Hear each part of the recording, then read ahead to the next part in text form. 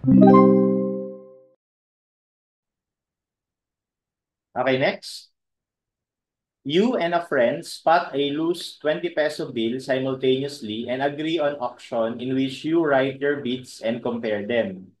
High bidder gets the 20 pesos and pays you the other amount of the higher bid. How much do you bid? Okay, so medyo may pagka-practical itong problem na ito, no? So meron daw kayo nakitang 20. Tapos, dahil sabay nyo nakita, no, pinag-agawan nyo kung sino yung kung kanino mapupunta yon, no? Ang idea is para malaman kung sino, ibibid nyo, no? Kumbaga bibilihin nyo yung 20.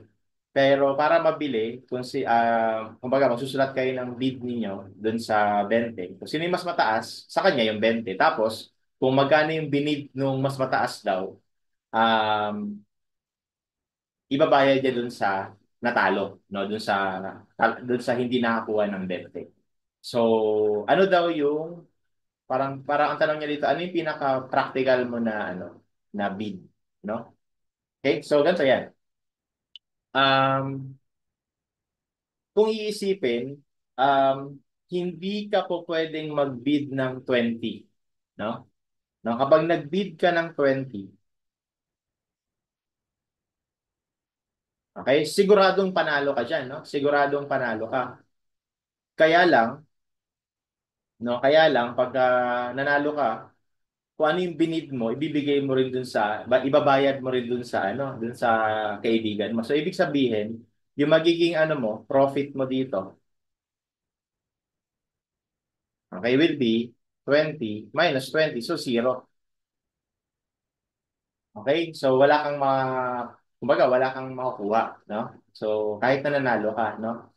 And then kapag ka nag-bid ka naman ng pinakamababa, di ba? Zero yung binid mo, o di ang profit mo lang zero. Kasi sigurado talo ka diyan eh. 'Di ba? Sigurado talo ka diyan, no? Kahit pa magkano yung ibid nung kaibigan, no? So dito ang pinaka-practical, kung halimbawa igigitna natin, okay? Igigitna natin. So let's say 10. Okay? So anong profit mo kung 10 yung ibibid mo, no? Kapag 10 yung binid mo, yung expected profit is mananalo ka, no?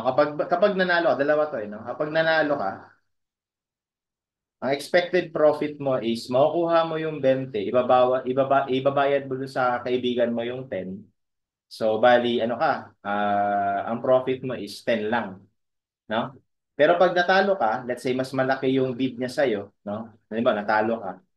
Um, kung magkano yung difference nung binid niya, so let's say ang binid niya ay mas mataas sa 10, let's say i-maximize natin 20, no? Kung nanalo ka, no, 10, ano lang din, 10 lang din yung makukuha mo. Okay?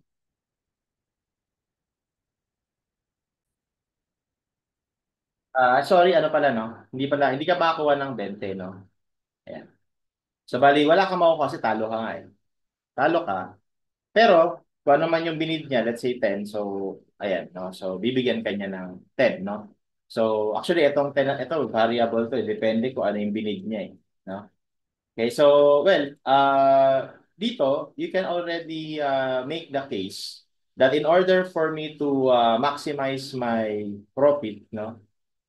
From that 20 pesos and then sa auction, no? So, we should bid, okay, lower or not equal to lower than 10 pesos. Okay? So, yung maximum value na mas mababa sa 10 pesos, then that means 9.99. Okay? So, that's letters.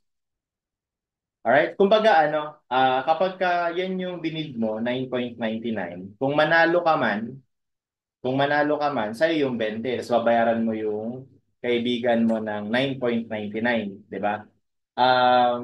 Pero kapag um, kapag natalo ka, no, let's say mas malaki yung binigay niya, let's say 10 yung ano niya, yung bid niya, no? 10 yung bid niya.